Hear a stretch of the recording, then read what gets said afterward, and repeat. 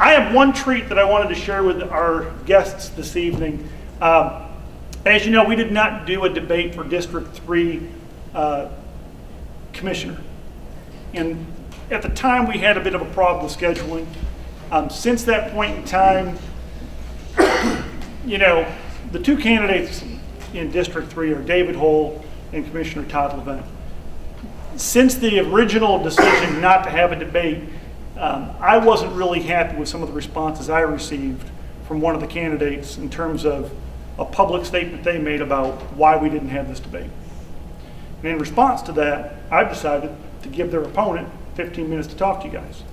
So with that, I just want to say one quick thing. It's not an endorsement.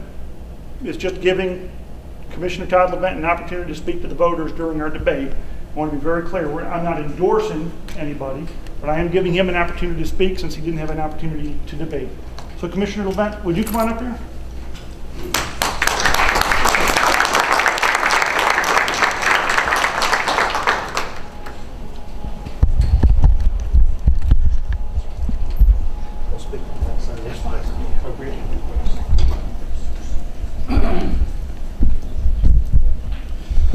I think we'll turn this around a little bit.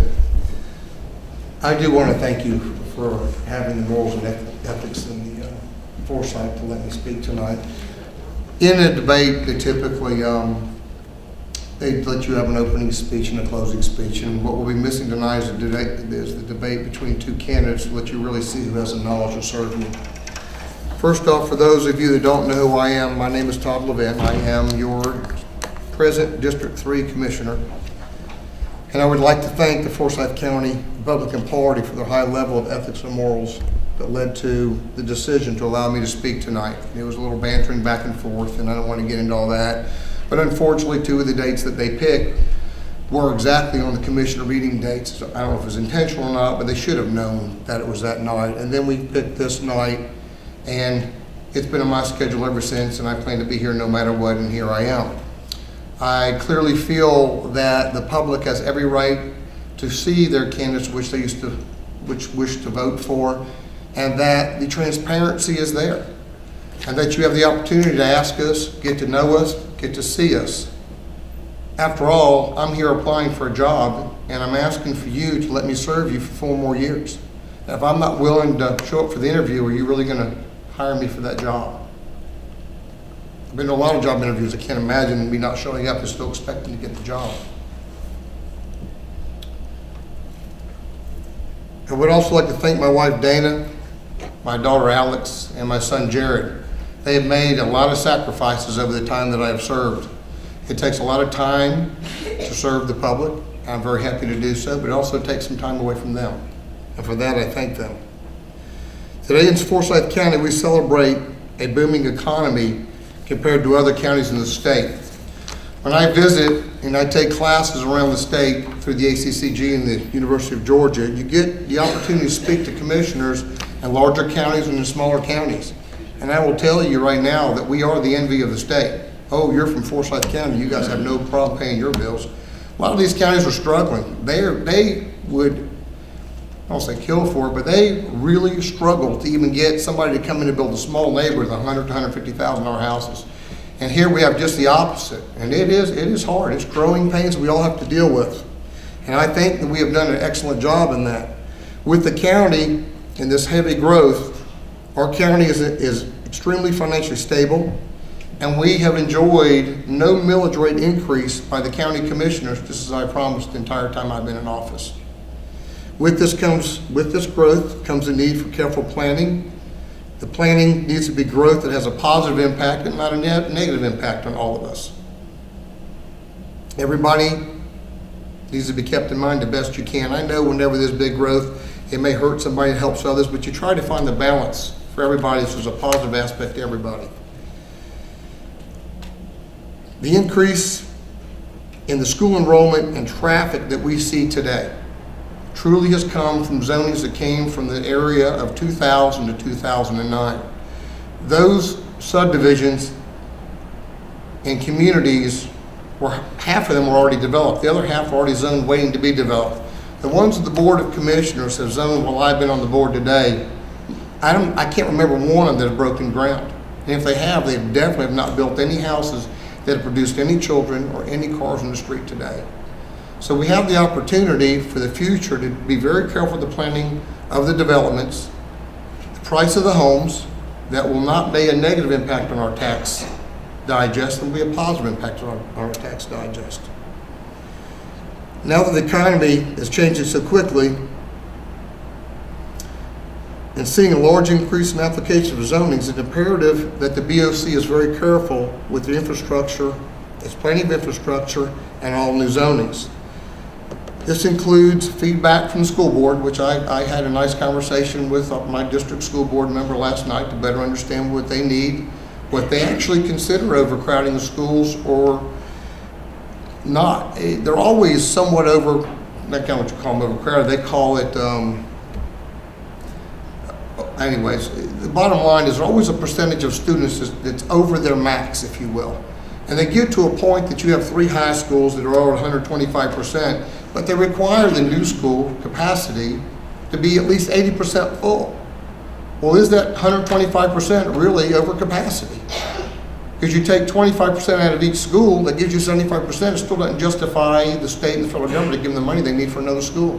And that's why you see here today, they're asking for bonds to try to stay ahead of this curve so we're such a fast growing county. As part of the growing pains, we all have to decide, is it worth it or not? All of these things for us to decide, the people. We also asked the state to give us some immediate help with their state roads. They're overcrowded. I get emails all the time. We're doing pretty good with the county roads for the most part. Some of the state roads, when they get overcrowded, it forces people to take the path of least resistance. And you see them taking our county roads, which forces them to overcrowd before their time.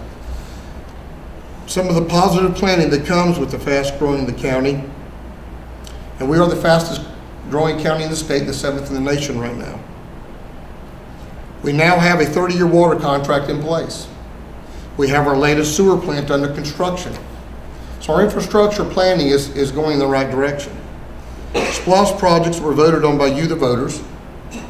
This SPLOST 1-cent sales tax for capital improvements collects anywhere from $2.3 to $2.7 million a month. It's a lot more than most people believe they collect. For the animal shelter, for example, this can be paid out of SPLOST dollars. It takes about 5 or 6 weeks of collection and pays for the entire $3 million project. On the jail courthouse project with the park index, it's an estimated $100 million. I'm hoping we're coming out under budget. As of right now, we are. It's about a 3-year collection period to have those funds. That, as you know, the animal shelter is well underway and will be opened in July of this year. It's the first county animal shelter ever to be in place. The new jail and courthouse will be done in 12 months, within the next 12 months. Old Atlanta Road has 2 phases that will start shortly, and Mullinex Road is going to start in the next 6 months for widening. Post Road Library is now open. It was completed with your SPLOST dollars, impact fees, and a $2 million grant from the state. Midway Park has had multiple different facelifts and updatings, and now it'll finally get its upper field, which has never been a regulation field, will now be a regulation field to accommodate more games on Saturday and less arguing over field space. We've even had where they put the cheerleaders out in the parking lot to do their practicing while the coaches start blocking cars so they didn't get hit. Hopefully that'll no longer be the case. As we plan for the future, and you'd like to see what those future plans are, they're always available on our county website. I know a lot of people like to ask questions on the blogs. It's real simple. You can go right to our county website and find everything you'd like to find. As I served as your county commissioner, I do my best to listen to everybody I can. I know my votes will always not satisfy everybody's wishes. I try my best to get the climate and the environment and serve the mass majority of the people whenever I can. I don't believe that I serve other elected officials. I believe I serve the people. I believe by serving the people, I am fulfilling my oath. With this, I have found myself being endorsed by multiple HOAs, including the president of Polo Fields, the HOA Coalition, Fix Forsyth Traffic, Citizens for Responsible Growth, and a lot of the activist groups in the community that represent the majority of the people. It was interesting, about 2 years ago, I had a gentleman come up to me and he told me I would never be, he says, Levent, you'll never be reelected. I said, why is that, sir? He says, because you're too honest. I gotta tell you, I can live with that all day long. I'm hoping the people realize that I am that honest, and I try to have an independent vote. And I hope to show him that he's wrong. With all that said, I humbly ask for your vote May 20th, and please allow me to serve another 4 years. Thank you.